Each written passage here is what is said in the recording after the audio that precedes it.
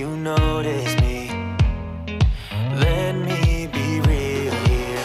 When I see you, my heart starts racing, but I don't know if I like this chasing and playing and waiting around. It's a shame that my hands start shaking all of the time when you're around me. But this time, girl, I know what's bothering me. I need somebody to love. Oh, nah, nah, nah, nah. Don't you see what's wrong with me? I need somebody to love. Oh, oh, nah, nah. I don't know what I could say to convince you. Today is August 21st, 2020, Friday of the 20th week in Ordinary Time. And you are tuned in to Deacons, Discussions, and Drinks, episode 20. When I see you, my heart starts racing, but I don't know if I like this chasing and playing and waiting around. It's a shame that my hands start shaking all of the time when you're around me. But this time, girl, I know what's bothering me. I need somebody to love. Oh, nah, nah, nah, nah. Don't you see what's wrong with me? I need somebody to love. Oh, oh, nah, nah. God, I'm sick of this waiting. You got me going crazy tonight. So why don't you come on over and be my somebody to love? Somebody to love, somebody to love, somebody. Good evening, everybody. Welcome to another episode of Deacons, Discussions, and Drinks. I'm Deacon Tim Stout. I'm Deacon Dallas Kelly. I'm Father Linwin. Hey, we're back. Welcome back to the studio, everybody. Good to be back. No corona? No corona. Corona. That's a song, isn't No corona. Corona. it? Well, again, this week we're doing another call-in show. I know that's three in a row, but 4 in the last 5 weeks with one missed week due to corona. So, but hey, we're in the middle of a global pandemic, so getting guests is kind of difficult right now. But next week we will have guests, plural guests. Plural. I promise we'll also most likely be on the road. We will not be in the studio. Ooh. We'll be at a local establishment. We'll more about that later. So we'll talk about that a little bit later. The phone lines are now open. 657-332-2667. That's 657 Deacons. 655-733-2667. Call us. Text us. We got some texts last week. We'll get to those as well today. I didn't realize that I had to look in 2 different places for the texts versus the calls, but I've got that set up now, so I can see both of those. So call, text. We'll wait and see if anything happens with the phones. You can also text Dallas. He's the supreme message Receiver. of messages. Father does a pretty good job of that too. You've got some good friends that like to call in, I think, or text in, not call in, but text in. So, time for current events. Who wants to go first? Well, I kind of got 2 we can discuss for just a couple of minutes. All right, go ahead. One of them is, was it the nation of Ireland, Tim? The nation. About the priest ordination in the. Yes. Was it Ireland? It was. I believe it was Ireland. Yes. The country or nation of Ireland will have 1 ordination next year for a priest. The whole nation. One. Wow. But they'll have more bishops than that. Yeah, they'll have more bishops ordained or they were priests. That's an astounding statistic. It tells you the importance of vocations. Yep. And there is a vocation crisis going on. I mean, it had kind of gotten better, and now I think it's back where it's an issue. The effect of the coronavirus on the seminaries too is yet to be determined, but it obviously is going to have an impact. Well, it's interesting. I hear the Diocese of New Hampshire, they have, let me see, 7 ordination this year, the largest ever since the crisis. 7. That's a lot. That's a lot. 7. What else you got? That's I mean that's the a other one was there was a diocese in the United States that the bishop told all the clergy, if your homily goes over 5 minutes, you could lose your preaching faculties. Where is this? Let I'd love to find out. where do we sign up? Where we sign up? I mean, I can write 5-minute homilies all day long. Santa Fe Santa Fe, New Mexico. warns of preaching suspensions for homilies over the time limit, which was 5 minutes. Wow.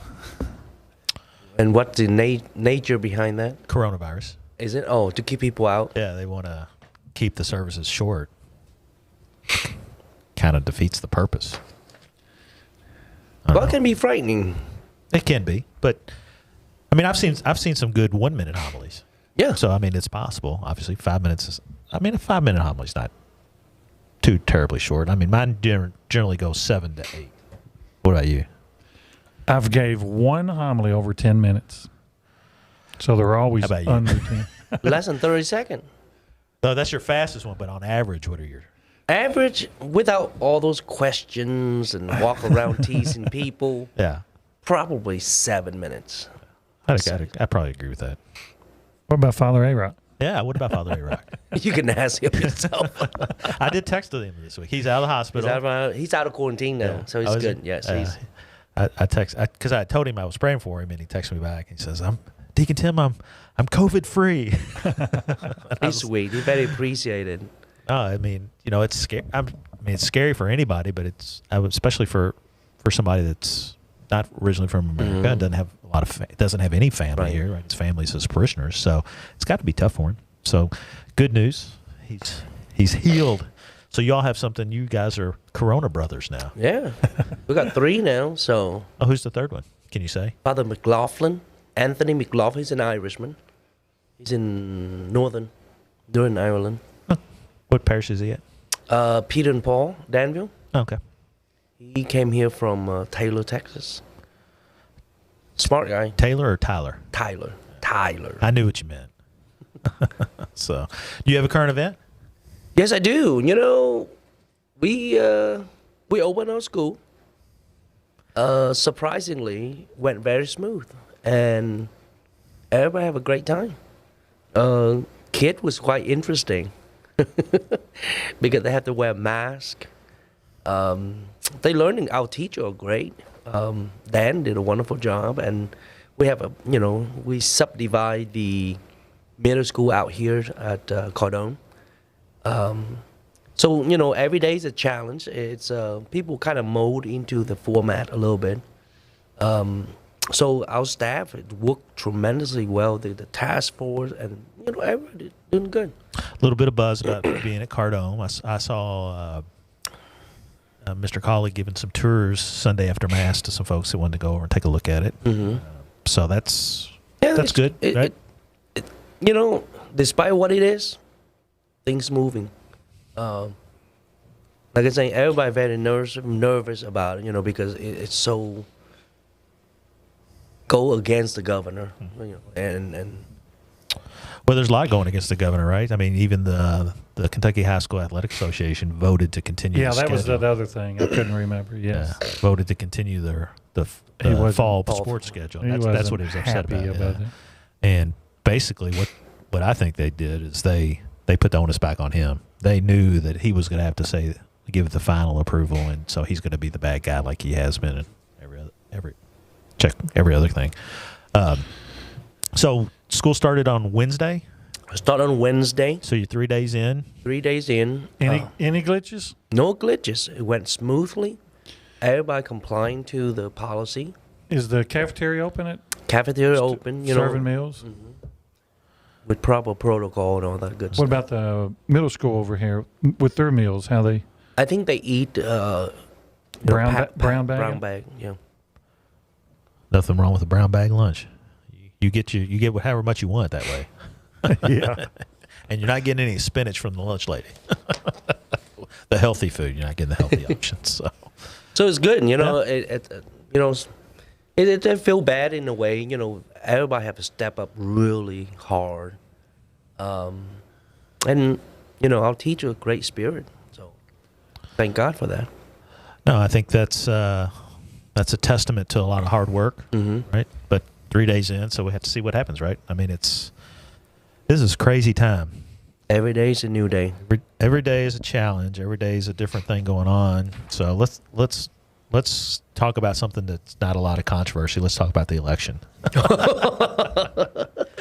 So that's my current event. I've got 2 documents here in front of me. They're both websites.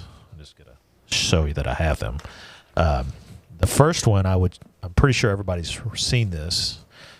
U.S. bishops praise Trump administration for pro-life aid policy. Did you hear about this? Mm-hmm. And you heard about this, right? All over social media, a lot of people talking about it.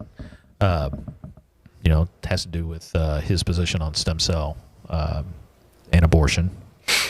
Both those things are in here.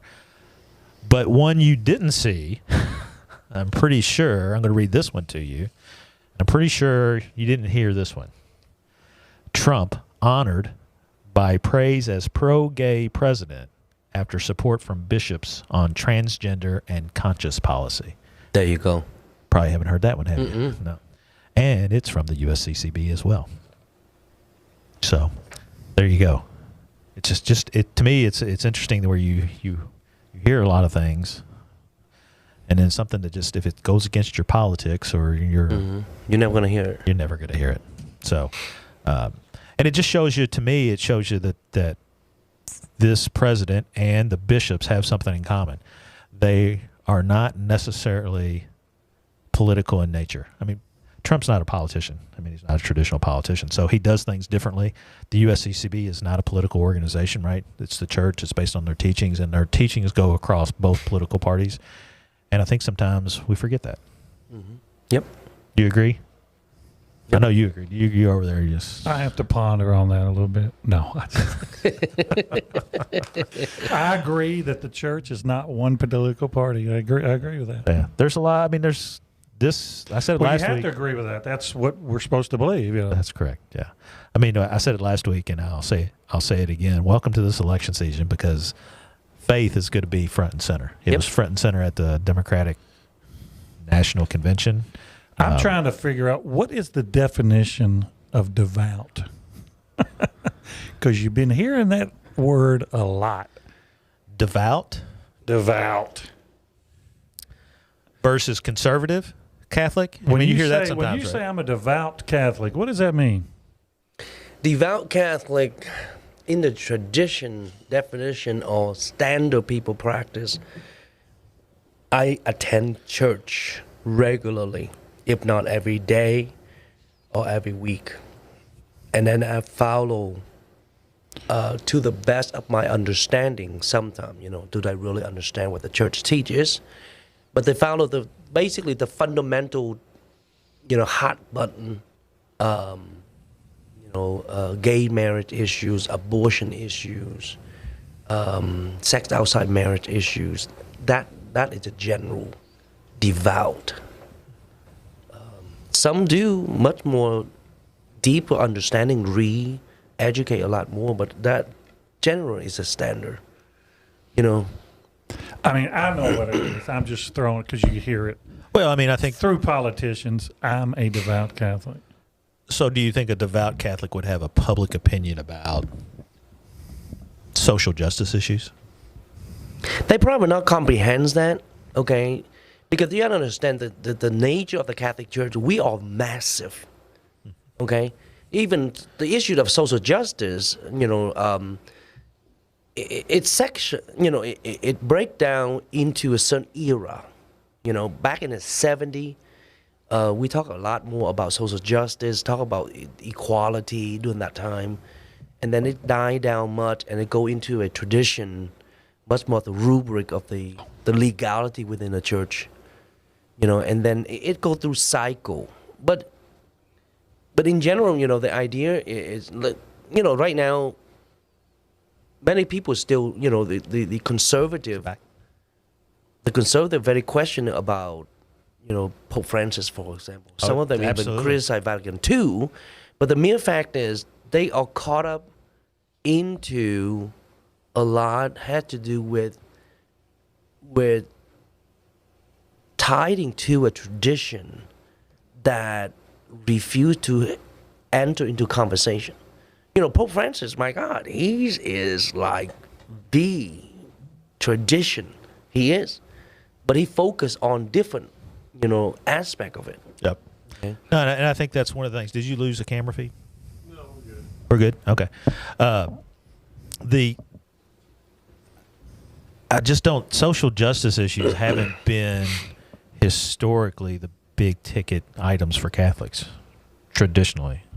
I mean, that's the way I would describe it. I mean, and they're much more front and center now. Yeah? Yeah, oftentimes people, in the general norm, when they present themselves as Catholic, they usually stuck with certain point of view where they're coming from, who educate them, okay? And there are very well educated Catholic out there, and they go much more deeper into certain profound conversation. So like I say, the Catholic Church is so big. Largest charitable organization on the planet. Yep. And she very grounded, in every theological debate conversation. We have a tradition of that. And the teachings aren't based from an American or from a Correct. Ireland or Russian or Chinese or whatever perspective. They're based from the gospel. Or the particular time you're in. I mean, That's why we're not some things are Protestant. forever. We are not pick and choose, which is. And it makes it, I think it really makes it tough for Catholics in America today that feel like they're devout. Mm-hmm. And they have, let's face it, our bishop has been in the news lately, right? Mm-hmm. And there's a lot of people that don't like what they hear from our bishop. But, he's our bishop. Right. Right? And he's called to, just like all bishops are, they're called to challenge. If they're preaching the gospel and it challenges you, that's what it's supposed to do. Mm-hmm. It's not, the Catholic faith is not comfortable. It never meant to be comfortable. When I went in seminary, there's this such thing called pastoral theology. How like Pope Francis right now, how to bring people into a same table with each other and compliment each other and talk a difficult conversation. Right. At least, important to have to talk about it. When we are so easy moved to a conservative, a liberal. Those again, it's labeling so I can like you or dislike you. Right. Or Republican, Democratic. There are people who say we should have a third or fourth party in this country. I don't disagree with that. But it's anytime you try to frame faith and theology in a political arena, you lose, I think. Mm-hmm. I'm looking at you. You're always quiet over there. You don't agree with that? No, I don't disagree or not agree. You're just trying to take it all in. Yeah. Just take it all in. I see we got some angry faces coming up on Facebook. Oh, really? Yeah, some angry ones. I saw them pop up there, but I'm okay with that. Hey, it's all good. It could be worse. You could disconnect. Please don't do that. All right. So if you want to call in and you want to give us your opinion on these things, we'll be more than happy to put you online and we'll talk about it. 657-332-2667. That is 657 Deacons. You can text that number as well. Last week, Jean Sparks texted into us, and we didn't read it on air, but Jean saying this is the only time she gets to see us because she's got to stay inside. Yes. So we miss Miss Jean. I'm assuming she's not been working in the office either, has she? No, Jean fell and hurt herself, so combination. Yeah. So we've been praying for Jean. So prayers for you, Miss Jean, if you're listening tonight. We miss you. We miss seeing everybody, really. Mm-hmm. It's not the same for us obviously when we walk to the back of church, we see people, we interact with people, we talk Well, to when people. we're sitting up on the sanctuary, you look out, you tend to know who all went to that mass. Well, I can't see that far at Cardome. When we're at the altar, I could see a couple of people, and you know their mannerisms or their body size, and you're like, oh, there's. But other than that, you might see. I can't always see out there. Yeah, I mean it's Or who gets in your communion line. right, it's a different experience for us from our perspective for Right. sure. I think the biggest change for me with the outdoor mass is I can't hear the responses. Right. Part of that, I think, is because the speakers are so loud. They're so close to us. I'm sure that maybe some of the folks out there can hear themselves praying, but we can't hear that. We don't hear that. Yeah, because I think we've talked about this before. Certain responses, like when you say the Nicene Creed, if you say it as a group, you can say it without even reading it. Reading it, right. But if you say it by yourself, you got to read it. or Gloria, when we recite the Gloria, or even the St. Michael prayer at the beginning of Mass. I'm used to hearing people respond with me, but I can't hear any of that now. Yeah, I mean, the experience it's still Mass. I still feel very spiritual about it, but it is a different experience. That's one of the reasons I said I think we ought to do incense and we ought to process in. We ought to change things up a little bit. So when are we going to do that, Dallas? As soon as he tells me to bring the incense, I'll bring the incense. Bring the gong first. He wants the gong. Wonder how that probably That would sound gong pretty is good. heavy. Oh yeah. Transporting that might be a problem. Calling all Knights of Columbus, please report to I the can- sacristy to move the gong. I can hear that rolling around on the bed of my truck right now. That thing's big. We had a couple other messages from last week. Just want to kind of talk about those real quick. There was a message, when I reset the show today, it got rid of the message. But the gist of the message is, and we kind of touched on this with the schools, does the Catholic diocese have the right to continue to keep the school open? Can the governor shut it down? And I think the answer is he can't. He can't. He cannot. He cannot. Because I think if he could, he might have already. He might have already done it. Yeah. So I still think that the four bishops in Kentucky, right? There's four, right? Four. The four bishops in Kentucky will make good decisions. If something happens that they need to shut the schools down, they'll take that step. They will revisit in conversation the first week of September, and to discuss about that. Yeah. So, I've one of the things I did listen to the Kentucky High School Athletic Association. They live streamed their board of control meeting, and one of the things that they talked about that I don't think has got it's been a topic, but it's the first time I really heard it discussed in detail a little bit, and it had to do with the mental impact on kids not going to school and not playing sports. And in high school, it's different from college, right? Because in college, like the NCAA reported this week, that students, fall season students will retain their eligibility. Right. A high school student doesn't retain his eligibility, right? I mean, they are done. They are done. If they're senior and they don't play football this year, They can play next year. they don't play next year. Is that right? Yeah, high school. I'm talking about high school. Oh, high school, right. High school. It's over, and the mental side of that on kids. Athletics can be a tremendous motivator for a kid in the classroom, Yeah. right? And not having that, what that impact is on a kid is. I mean, I'm sure there'll be studies about that, right? Oh, right now, believe me, my key concern there was Spectrum News came to talk with us and try interview our school, and I was presented the fact that right now I myself just one priest and dealing with 4 or 5 cases of people that being affected by corona because of isolation. The mental side of it. Yes, sir. I just imagine that to kids, and they need to be in some type of person encounter with friends, and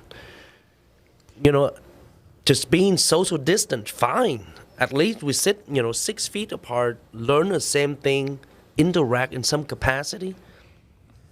Kids, I stand like a couple of days ago, at the playground, 2 of our kids got stung by a wasp, Was it the murder hornets? a murder hornet. And of course, our administrative assistant Terry came out and sprayed all of them.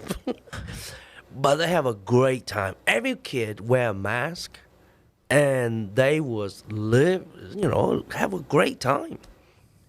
But that is so important. Plus, Tim, you got me thinking. I'm back when you were describing the Iron Man, and I played sports in high school. Okay, and unless you played sports, maybe you don't get it, because you got some people that are anti-sport in high school. That's all you want to care about is the sports. But what it does for you in life, you might not realize it at the time when you're that young, but it's incredible. And when you was describing training for the Ironman, I can remember many times and working out, getting ready for, in practices and stuff.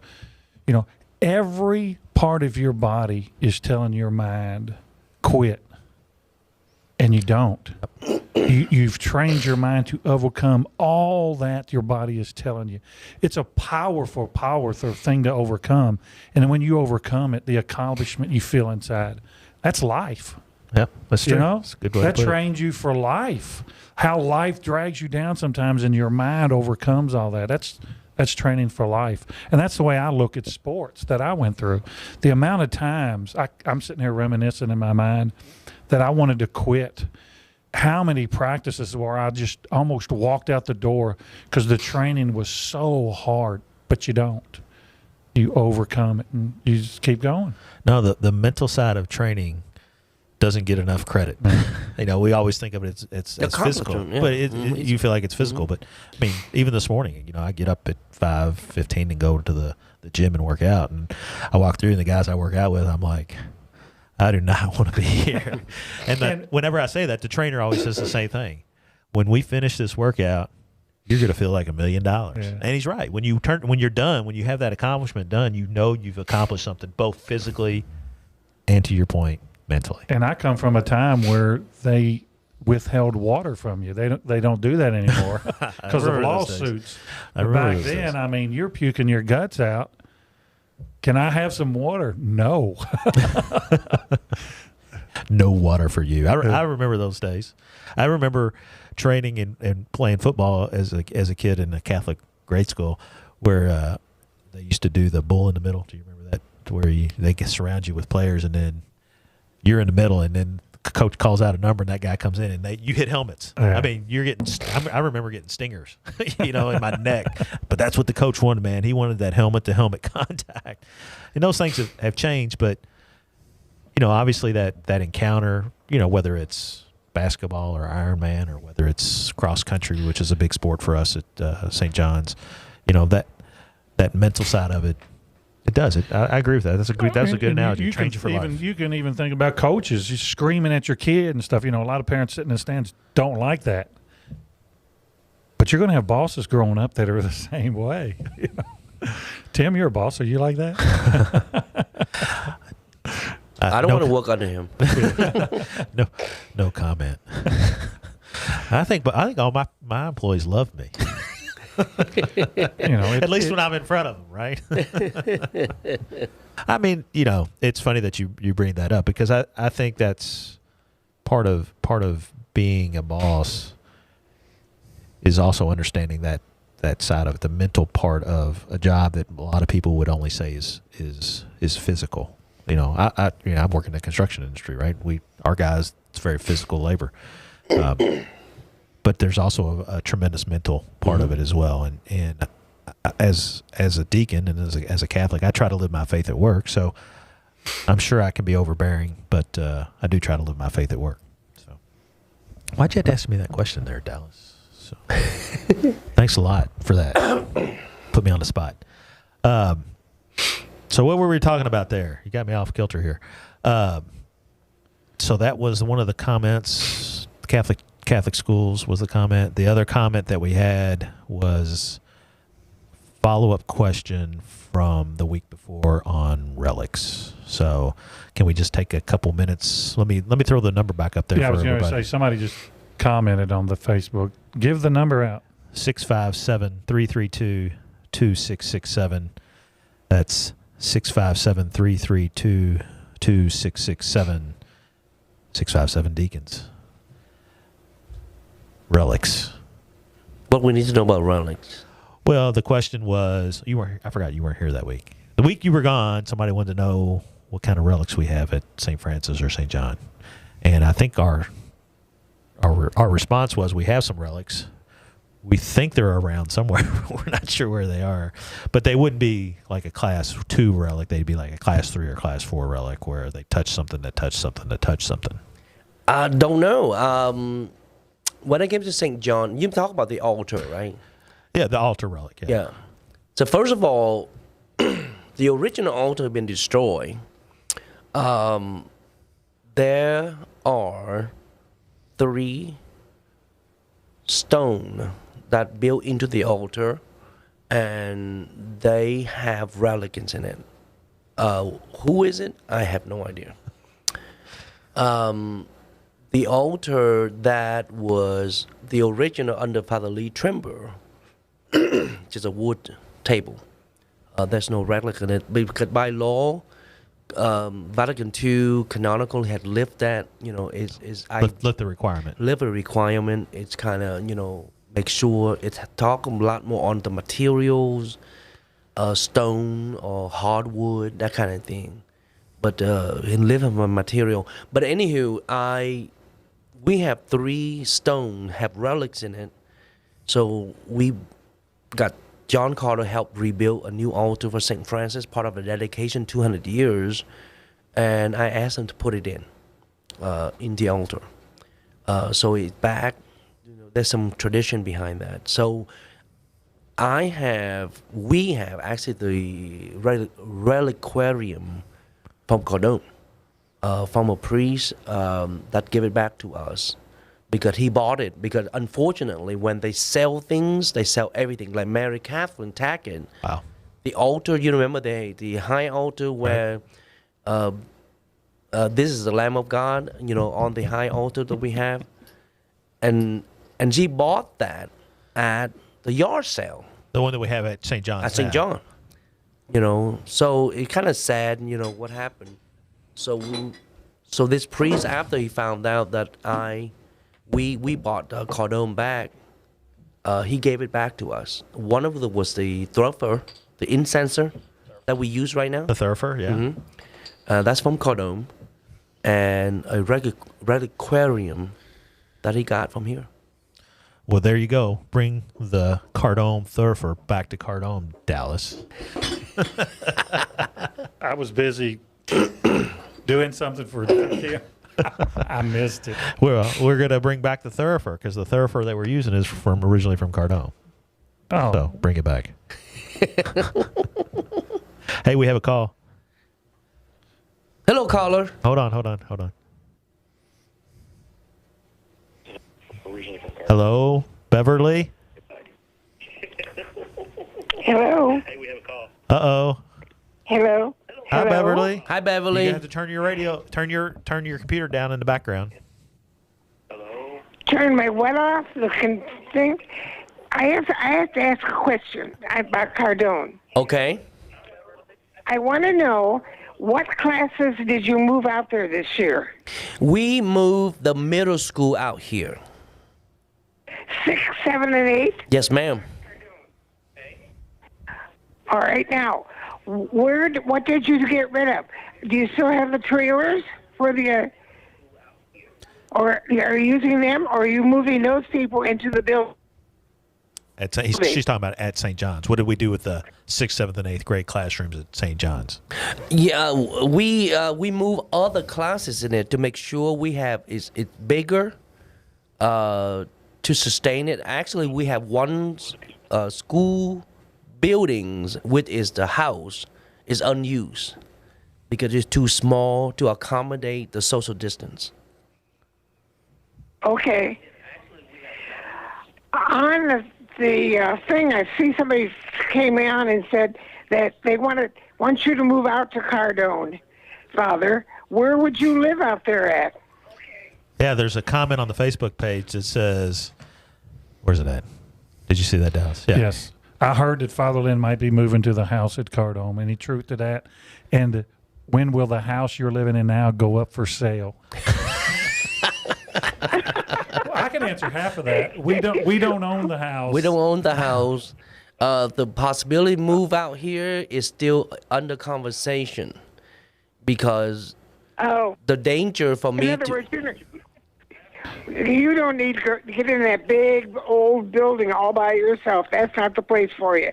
That little house is wonderful. That's where you should stay. That's my opinion. But it's dangerous though. When you live out here, you have a lot more accountability with fire alarm. People come to your door and knock, ask for keys. Those are quite headache stuff. So gonna be a lot of conversation required before I consider move out here, Beverly. There's a lot of pictures on my iPad of the school, children outside playing that. It looks wonderful. I'm so glad to see those little ones out there playing. Yes, ma'am. This is what we need. Yes. We need to get our children into school carefully. Yes. Just put them in there and do that. I mean, I'm 100%. After being quarantined like I've been for the last few months, I'm ready to go nuts. I'm ready to get out now too, but we won't be getting out, I guess. That's right. So we glad that we can take initiative to let our children back to school. Of course, with great concern and careful, all of that, but at least you recognize it. Just like me, I saw them on the playground, and I'm so happy to see them actually play. Actually see them play. Yeah. And do they have masks on at the playground? they have masks on. Wow. Yeah. And doesn't they all shake. had masks on. I mean, they're young I guys. just thought it was wonderful. They I were forget playing on that the sometimes. playground. Yeah. I mean, they were following orders just like they should. But then when I heard you were going out to Cardome with the older kids, I thought, well, they're going to move them out of those houses then? Because those rooms are small. Yes, You couldn't ma'am. spread those kids out. Yes, that was the reason why we decided to try out Cardome. Hope people have a chance to go out and see the building itself. Our volunteer did a tremendous job. It looked fresh, it looked new and spacey. It's just like a beautiful classroom. I know. I'm glad. Right. Well, Father, I will let you go, but I'm so glad to hear that you're back and you're safe and sound and everything. I was worried about it when I heard about you, but Thank you, ma'am. time will tell all of us. Yes. All of us. So Yes. have a good night the rest of the night. Okay? Thank you, Beverly. Thanks, Beverly. You're the best. Yeah. Okay, bye-bye. Bye-bye. See ya. Long-time listener there. Oh, yeah. Number one fan. Number one fan. Yeah, so that was a question. It said, I recently heard that the bishop wants you to move to Cardome instead of paying rent for the house. So the bishop probably doesn't have an opinion about that. I have no opinion. So he's probably got more important He things. got on more his- headache to deal with than dealing with me. Yeah, there's another comment about. You want to read that one, or you want me to? I'm reading another text coming in, so I guess I'll get this one. The question, well, more of a statement. Doesn't agree with what the bishop said about Trump being anti-pro-life because of the broader separation of kids and parents at the border. You have any opinion on that? Yeah, but the issues right now are quite touchy. I'm here not to defend Bishop John, what he said, but he said a lot more than what people extract from it. Right. Yeah. Do I agree on the tone that Bishop John used? Probably not. I won't. But what he said is not far from the teaching of the church, okay? Because from the political aspect of it, it's just so overwhelming. Like anything, you say something, then you would be labeled for it. Well, I did it. Okay. I did it in a homily, right? Oh, yeah, you did it. And I have to receive tons of complaint and on and on. And that wasn't my intent. Right. Right. I mean, my intent was to preach the gospel, which I still think I did a decent job of preaching the gospel. But again, we frame all these issues in political terms, and that's like you said, they didn't. The quote that got out about Bishop John didn't take into context the whole discussion. And again, you or I probably wouldn't have chosen the words that he did. We would have approached it in a different direction. But it's not far from what the gospel teaches. Right. So therefore, it's no, I'm sure Bishop John learned his lesson. Yeah. Actually, he informed all us priests, and then he's saying, yeah, it is very important to be careful with crafting words properly, because media does not take everything what you say, but they take exactly 2 words you say and have a run with it. And that's part of the risk we run sitting around this table doing what we're doing right now. Right. There's risk involved in that. And I think sometimes you see Dallas maybe be a little bit more quiet on the topic, or me pause and choose my words carefully, because we've just one word away from suspension. Yeah, well, that's true. I mean, that's just that's the world we live in. I have my opinions. You have your opinions. You have your opinions, and then we have the gospel that we try to preach. Mm-hmm. And most of the time, those line up. Sometimes people try to get those where they don't line up. Whether that's how we frame a homily at Mass, and 80% of the people think it's a great homily, and 20% of it think it's the worst thing in the world. I shoot for 50-50. I mean, if you hit 50-50, then you've done a good job, right? If you've got 50% of the people that like it, 50% don't like it, then you've probably done a decent job. But I would like, if anybody's out there listening, if you disagree, I mean, this is me. Y'all might have a different. If you disagree with a homily I'm giving, email me. Let's talk about it. Right. Oh, yeah. I'd rather, you've sent me emails. Here, you said it, you answer them. Email me. Our email is on the bulletin. Let's discuss what don't you like about it, and, we'll have a conversation. Yeah, and if you want to have it privately, then great. And this forum is too. If you've heard something, or you have a question about one of the teachings of the church, this is an opportunity to voice that question. Yeah. The gospel's complicated, right? It's not easy sometimes. Mm-hmm. And I always say, if you're living your faith and it's easy, it's not worth living. then something is wrong somewhere. That easy button that used to be popular. I preached about that one time. I actually brought the easy button. Yeah, bam! I wonder, Kelly, if you're listening, where's the easy button? Now I got a text. I got a text, and it says Deacons, short for Drug Enforcement Agency Convicts. What's that mean? I don't know. Is that what deacons mean? That's what it says, deacons. Drug Enforcement Agency convicts. I like that. I would tell him who sent it, but he might not appreciate it. Y'all know him. We have nothing to do with the Drug Enforcement Agency. just for the record. But then, I'm going to articulate a little bit more. We live in a culture extremely sensitive right now. Coronavirus ain't help either. And all, the campaign and election year. It's the perfect tsunami. The perfect tsunami. Yeah. And everybody kind of on edge. If I need to advise, we have to back off a little bit, go deep into the mystery of the faith that we have, and pray a little. Pray a little. So right now it's easy to choose side. Either you're conservative or liberal, either Republican or Democratic, okay?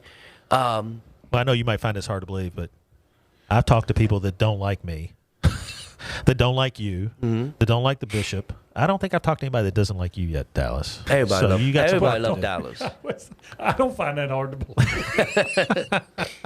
You got some work to do. You got to make some people not like you. But I mean, that's, and I posted about this on Facebook this week. You probably saw the post. We're human beings. We make mistakes. We're not angels. We're not angels. We're not angels. And we're not angels. And that happens with the bishops too. The bishops are humans. They're people. And we like to think that we're perfect, or our viewpoints are perfect. And when someone, whether it's a priest, a deacon, or a bishop, that doesn't line up with the way we think, then all of a sudden they're not perfect anymore. Exactly. They've ruined our faith, my perspective of my faith, and what I said in my Facebook post is your faith is not in a bishop or a deacon or a priest. Your faith is in Jesus Christ, and you have to live that. You have to live your faith through Jesus Christ, not through me or you. Right. You know, one of the things I mentioned again is For yourself. Yeah. Right? No, absolutely. we live so quickly in reaction instead of contemplation. You know, it's so quickly. The idea, if I need to challenge everybody, go learn more about Donald Trump. Learn more about Joe Biden. You know, just learn more of what they stand and what they are. Learn more of Bishop John, you know? Yeah, we all make mistakes, but the idea is that I'm going to just reflect back to the current situation right now is so intense. And we choose to react instead of being proactive toward peace, love, and friendship. You know, those are the key. You know, right now we pick friend for those who like the way I say. Unfortunately, that's not the gospel. So we all quest for truth. No, and one of the comments on Facebook says, does the church stand with Biden? No, the church does not stand with Biden. It doesn't stand with Trump. The church stands with Jesus Christ. Exactly. And Yeah, and I told you this, Tim, before. My fishing partner, who I fish with, I've known him since high school. We were good friends. Every single moral issue I believe, he believes the opposite. but you all still fish together. We're still friends. Yeah. We've been fishing and hunting for years together. Yeah, and I think that's That's true, yeah. no. I mean that's something that's lost in this world, and really I think it kind of started with Rush Limbaugh. I mean, and you're gonna laugh when I say this. Do you remember his radio station when Clinton was president? It's always started off with America held hostage, and then day whatever of the Clinton presidency, right? No, I don't remember that. I listened to him some, but he came on, I think, like 12 to 3 or something. And when you're working, it's hard to hear it. And this is something when Trump was elected, I had some conversation with some folks, and one of the things I said was, America is not going to end with the Trump presidency. America didn't end with the Obama presidency. America did not end with the Reagan presidency or the Bush 1 or Bush 2 presidency. You know, and our faith definitely should not hinge upon who the president is. Exactly. If anything, if the guy that you want to be president is not elected to the job, it should embolden your faith. It should call you to live your faith more and be more vocal about your faith, not about your politics, but about your faith. Yep. Anyway, you're all getting text messages in. Yeah. I can tell. I can tell. You keep talking. We're getting. I can look. We got 10 thumbs up, 3 hearts. That's from your adoring viewers, Dallas. And we got some angry We got faces. the angry faces. Those are yours, Adore. those are the people that really love me. Father Lynn, he's the thumbs up. So no calls. Somebody wanted the number. We put it up there. What was the number? 657-332-2667. That's 657 Deacons. I get that number for free. That's why it's And a I don't 657. have a fishing report this week, so So what we'll do, let's do this. Let's go to Saint of the Day. We're a little early for Saint of the Day, but let's go Saint of the Day. And if you want to call, it's 657 Deacons. Spell it out, and it might be hard for people to spell it out on their phones these days. I don't know. 657-332-2667. All of our lines are open. You can text. They're all open. There's nothing coming in on that. But we will talk about the Saint of the Day. Pius the 10th. Pius the 10th. Before we push the button on Pius the 10th, Dallas said, the Saint of the Day is a schismatic leading pope.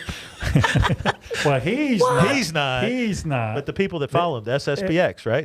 They're in schism, right? Mm-hmm. There was some agreement on that. Something happened recently on that, right? Dallas? Healing. Some healing. The SSPX. There was something that happened recently on that.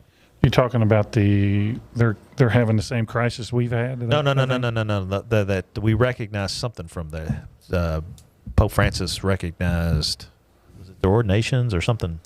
Well, their ordinations, I believe, are valid. They're just illicit. Am I saying that right? You know, they have true priests because, but they're still separated from Yeah. the church. Because they believe the last true pope was Yes. today's saint of the Saint day, day.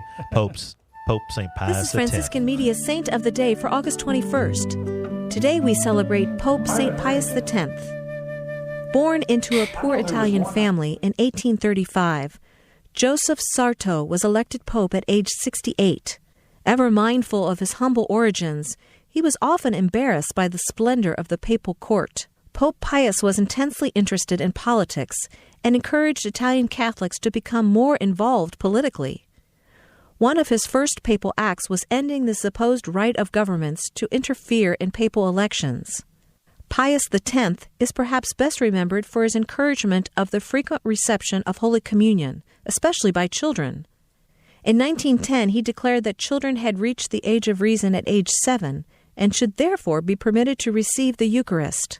On the 11th anniversary of his papal election, Europe was plunged into the First World War. Pius had foreseen it, but the war's impact troubled him deeply. Blessed with great empathy, he understood the trials of life, and his great heart wanted to comfort everyone. I would gladly give my life to save my poor children from this ghastly scourge, he said. The Holy Father died in 1914 and was canonized in 1954. There's more about the saints along with inspiration and Catholic resources at our website, saintoftheday.org. From Franciscan Media, this has been Saint of the Day. Pope St. Pius X. You know, there was a story about Pope Pius X. You know, even though he moved down to 10 years old to receive communion, there was a kid that was attending the Pope paper, Mass. And the kid came knock on his robe and say, "Can I receive communion?" And he's only 4 years old. And the Pope asked him, "What do you expect to receive?" He said, "Jesus." And who is Jesus? He said, "God." So the Pope tell his mom, bring him back next day so he can give communion. There you go. Is it interesting? That is. Good story. Go read about Pope St. Pius X. And we've got a caller. So here we go. Why am I'm cutting in and out. Must be my cable. Sandy Kogel. Hey there. Hey, Hi there. Welcome to the show. Welcome. Thank you. So I got a question for you. From last week, you guys were talking about that people, the majority of people weren't going to Mass on Sunday because they were fearful, right? So some people are, yeah. I won't say, I don't know what the percentage is, but obviously there are some people that are scared to be in a public setting. Yeah. Gotcha.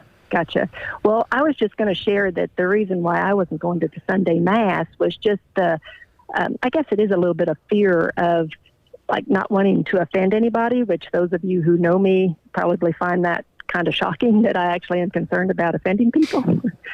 But just not being comfortable about the whole, I guess, so many more new rules that we are supposed to be doing. Say that again. New rules. Yeah, like the masks. Some people are in cars.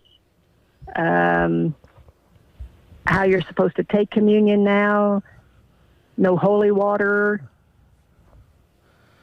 Yeah, I mean, I think I won't say there's a lot of new rules. Obviously, at the beginning, we were doing drive-through communion. We're not doing that anymore. It's walk-up communion. You can't take communion you're strongly encouraged not to take communion on the tongue. You do have to have a mask when you're in the communion line. But, I mean, I think that's gone pretty well. I think from my expectations, communion goes very smoothly. There is no holy water. Yeah, that's true. So there are some changes, and we talked about that earlier about how even for us looking up on the steps at Cardome and looking out, how it's a different experience for us. So don't want to minimize the changes, Sandy. There are a lot of changes that affect the Mass and how one perceives it. I mean, do you agree with that, Father? Oh, definitely. Just doing the Mass outdoor alone. We're doing it almost, 5 months? Just about. Well, we've been here, I think 22 weeks is what when we started this show. So we did a month or so at where we live streamed. So being outdoors, probably 3 months maybe. 3 months? That in itself affected a lot, No, I mean, I think that's one of the things that, for me, because that's the only way we're celebrating. You're celebrating. You have celebrated Mass in the church. In church. I haven't. You have. I haven't. So my experience, Sandy, has only been outdoor at Cardome, and it has changed my perception of Mass. I won't say I've forgotten how to do the old way, but I'll definitely make some mistakes when we get back into church. But it's to me, it's like the difference between going to a weekday Mass and going to a Sunday Mass. There's a difference between those two things. Or going to St. Francis versus St. John's. That's the kind of the way I envision that. So it's kind of hard to hear what you guys are saying, but I think, Tim, what you said was that the difference between going to outdoor Mass and going to Mass at St. John's is the same as, or similar to, say, going to St. John's and St. Francis. It's a different experience? Yes. Gotcha. So if there were people that were wanting to go to Mass but were concerned about not following the correct protocol, what words would you say to encourage everybody to just give it a try? Give it a try. Come to Mass. I think that's one of the things that I think we've all experienced. I've experienced people that have come up without a mask on. We want people to wear a mask, but I'm not going to refuse to give somebody communion because they don't have a mask on, right? Right. If somebody doesn't understand kind of the flow of how we do communion, or if they were sitting closer than 6 feet, we have some ushers out there to help folks with those guidelines that we have. And I think that's gone relatively smoothly. We've got a lot of volunteers out there trying to help make sure that the experience is as reverent as possible, but it also as comfortable as possible. Because, I think for us, it got really real for us, and we said this last week, when Father Lynn had a positive test. It became real for us, and it changed our perspective about not just the reverence of Mass, but what the requirements are, what we've been asked to do, what the guidelines are, and the importance of those things. So it is different, but I would encourage folks to come to Mass. You can sit in your car. You can hear out in the parking lot. It's very clear back in the back. There's a lot of ground that you can be spaced away from someone. You can come to Mass and not receive communion. And if you don't feel comfortable, you can stay at home and watch the live stream. Their dispensation is still in place. Will be in place, I think, for a long time. Yeah. But I do, for me, I would encourage people to come to Cardome because I'm confident about the security, safety-wise, from the health point of view. But I do fear for those who stay home way too long, and they put a lot of pressure on them. On themselves. And I'm real concerned about that. I think we do have a great community. The place we worship extremely safe. I'm confident of that. And so I would encourage people, take a leap of faith and come bring a chair and have that experience and comment after that. Yes, I invite you to think about it. No matter what rules are in place, the sacrifice is still on the altar, and Jesus Christ is in the Eucharist. Mm-hmm. Be not afraid. Be not afraid. I go We need the guys starting to before sing it. you always. Come follow me. Yeah. I couldn't actually hear everything that you just said, Dallas. I think it was you talking, but yeah, you gave me a little bit more confidence to go ahead and just give it a shot and see what the Holy Spirit leads you to. Jesus is in the Eucharist. Come. That's basically what I said. Jesus is in the Eucharist. Yeah. Come. It must be a little bit of a squirrely connection on the phone. I apologize for that, Sandy. Yeah. Yeah, I'm gonna get going here, so because I can't hardly hear you guys, but you guys go on and talk about whatever saint you were going to talk about, and we'll enjoy the rest of the program. All right. Thanks for calling in, Sandy. Thanks, Sandy. Good to hear from You're you. welcome. Any more callers? No more callers. Real quick question. You ready for a question? Sure. Sure. I want to know is there a time that non-Catholics can receive communion? If so, what is that consideration? There is a time. I mean, the period of time. No, is there any time, I think it's asking, is there any time you can give a non-Catholic communion? No. No. What's your answer? I believe if they're on their deathbed and they want a fast conversion and they acknowledge they believe in the Catholic Church. And That's different. Yeah, well, that's They become Catholic already. Then they're not non-Catholic. I believe if you, and I don't, you'd have to read the catechism, see how it's worded, but I believe the only time is if they're on their deathbed and they profess the Catholic faith. Why do they have to be on a deathbed? They can profess Catholic faith and they will be communion.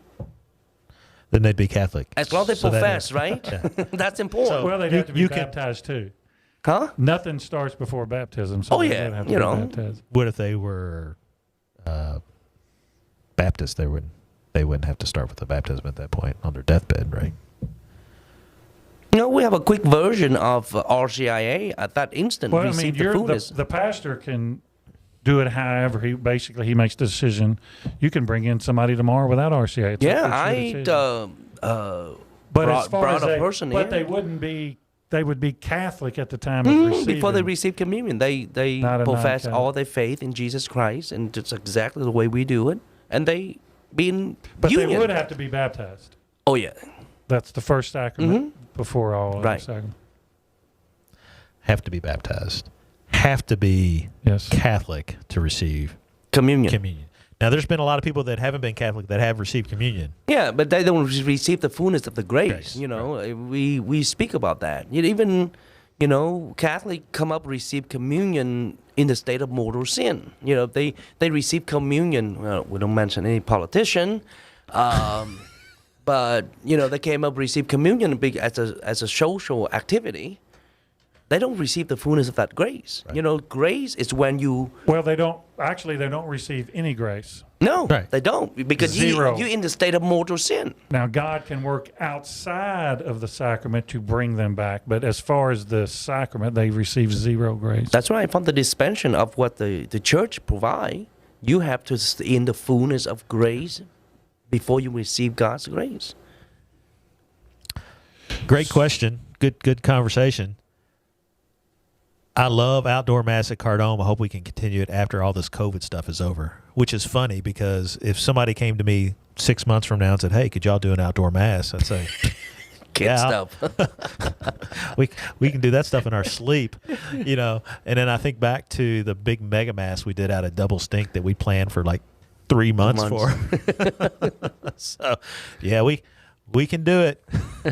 So would you say, well, we will not be back at St. John's on Sunday until there's no more 6 foot social distancing? Well, you know, something which I need to mention again, one of my key concern was happen indoor mass, right? That's where I got coronavirus. And other people in that mass has it. One mass with mask and everything. So, unfortunately, right now in a situation like this, outdoor mass is the best way to go. Greatly, we're not the only one doing that. You know, many Right. churches Right. in Carolina, in New Hampshire, they're all outdoor now. I'm sure they worried the issues of, snow. I saw a parish in Louisville posted a picture of a huge outdoor tent, and they said announcement coming tomorrow. And I was like, oh, well, they're going to have outdoor mass. It wasn't. They're moving their lunchroom outside. That's how they're doing their lunchroom at their school. So Catholics are getting real good at having outside activities. Yeah. So, it's good to get cold though. Yeah, it'll be okay. Remember when we first started, everybody questioned about it's good to get dark. it's gonna get rain, So, right? well, we're going to move mass back to noon, right? So we get out of the darkness of the morning when the time changes. We'll work through it. We'll work through it. What was the mortal sin? The question. So, I think what we were talking about there was if someone is in a state of mortal sin, that they have committed a mortal sin, that they have not gone to confession, and they present themselves for communion, where obviously the priest doesn't understand, or the deacon doesn't understand, or the minister of communion doesn't know that they're not in a state. And we're not going to refuse communion anyway. Right, we can't receive communion. So they are in a state of mortal sin. They do not receive the grace of the sacrament, whatever the mortal sin is. Think about this. It's very easy. I can speak this language very clearly. For me to become U.S. citizenship, okay, that means I receive the full benefit to being U.S. citizen, right? If I come here living, out of this country, and I don't receive all the benefit, so the concept of grace and mortal sin is the same concept, okay? I'm not just saying live in the United States, undocumented of mortal sin. Don't quote me on that, okay? But the idea is the same similarity. You don't receive the full benefit of what that grace was given to you. I understand what you're saying. Correlation. You're missing out on the best part, right? That's the best. That's why we're Catholic. Those graces. The grace is phenomenal. Got anything else over there? I think we're good. We updated. The birds, the air, the music makes the Mass so awesome. And you know what else makes things awesome? Your all's contributions.